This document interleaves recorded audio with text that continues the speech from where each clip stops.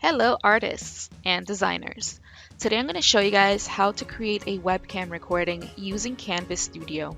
We're going to be using Canvas Studio to create a video that's going to document our response, showing our faces, and where we hear our voice actually discussing the subject of the discussion post.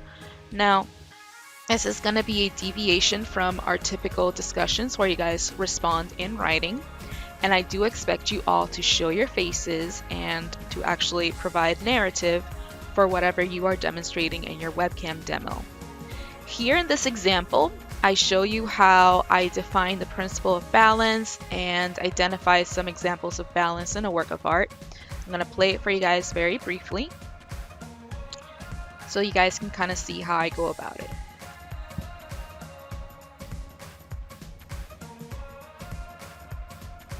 And then I'm going to skip ahead. Okay, I don't want to go through the whole video with you guys because I want to show you how you guys would participate. Now, I do expect you guys to go and rehearse this ahead of time. I do expect you guys to have an example to show me when you're recording your webcam. And without further ado, I'm going to show you how to actually create the webcam demo. So after you go and read your discussion prompt, you guys are going to scroll down and click reply.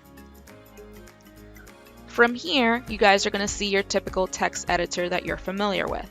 You won't be replying in narrative, meaning that you're not going to write down your response. Instead, you guys are going to look for the Canvas Studio icon, which is going to help you create your demo. This is the Canvas Studio icon. It looks blue and it looks like it has a little video flag in the middle. If for whatever reason you guys cannot see it, look under the three dots because it may be hidden there. But right now it's clearly visible to me, so I'm going to click on it and wait for it to load. Right now my studio library is empty because I am in student mode, but I'm going to go ahead and add my very first webcam recording to place in my library. So I'm going to click record and webcam capture. And here's my beautiful face. So make sure you guys adjust your camera. If you are on a laptop because you're working from home, you may want to tilt the laptop screen up so that you're not necessarily facing the ceiling and we can actually see your face a little bit more clearly. Make sure if you're working from home, you are in a well-lit environment. Maybe you want to go outside if possible to a backyard or balcony because there's no better light bulb than the sun. If not, then make sure you guys have lights on in whatever room you're working in. If you have a USB headset like I do, you may want to use it because that's going to help block out some of the background noise. But it goes without saying that you want to go into some kind of room without little siblings or parents making noise. You can see that before I go and click start recording, I have these blue bars right underneath the camera where it's showing my face. And these blue bars are telling me that the recording will record my voice. You don't want to record just yourself talking mutely like this. You want to actually be able to hear what you're saying. So make sure those blue bars are moving up and down, and that just means that your mic is working. So we're going to take a deep breath. We're going to collect our thoughts. If you haven't done so, please review ahead of time some of the things that we're going to be talking about. I'm going to move the camera just a little closer. And I'm going to have my example that I'm going to be referring to available for me to describe in the video. So deep breath. And we're going to click start recording. Hello artists. Today I want to talk to you guys about how we can identify examples of balance in art. Balance is basically the distribution of visual weight in some kind of artistic composition.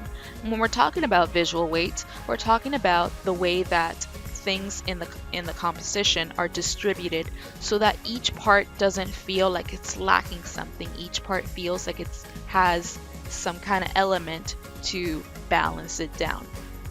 Here's an example of a drawing that demonstrates radial balance.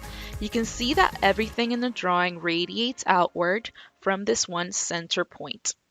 Now, with radial balance, you want to look for blah, blah, blah, blah, blah, blah, blah, blah, blah. So I click finish because I'm just gonna cut that tutorial short. I don't need to go throughout all of radial balance for you guys because you have that in my example. Now I'm gonna go ahead and preview it.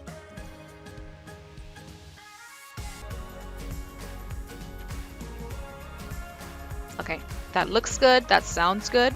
So I'm going to go ahead and title it and then save it. So this might be my discussion response and click save.